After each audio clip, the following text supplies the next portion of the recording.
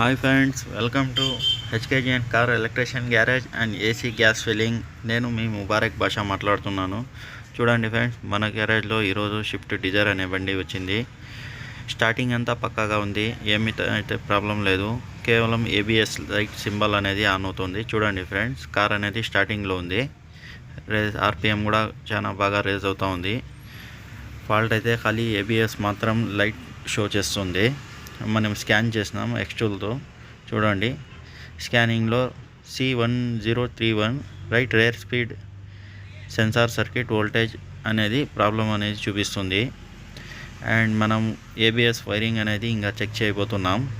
చూస్తూ ఉండండి friends video. అలాగే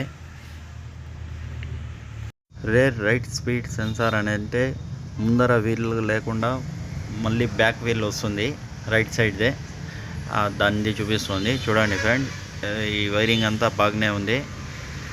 చూడండి, ఈరోజు మనం కొత్తగా ఫాల్ట్ చూస్తున్నాం.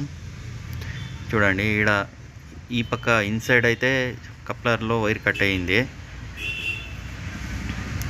అండ్ అవుట్ సైడ్ అయితే అంతా వైర్లు బాగున్నాయి. ఈడ కూడా కొన్ని వైర్స్ ఎలకలు కట్ చేసిండాయి. దాన్ని మనం ఇప్పుడు రెడీ చేసినాం. చూడండి ఫ్రెండ్స్, ఇప్పుడు బండి అనేది స్టార్టింగ్లో ఉంది. మళ్ళీ ఆఫ్ చేసి స్టార్ట్ చేయబోతున్నాం. చూడండి, ఏబిఎస్ లైట్ అనేది స్టార్టింగ్ కాకముందే లైట్ వెళ్ళిపోయింది. ఇప్పుడు చూడండి, బండి అయితే స్టార్టింగ్లో ఉంది.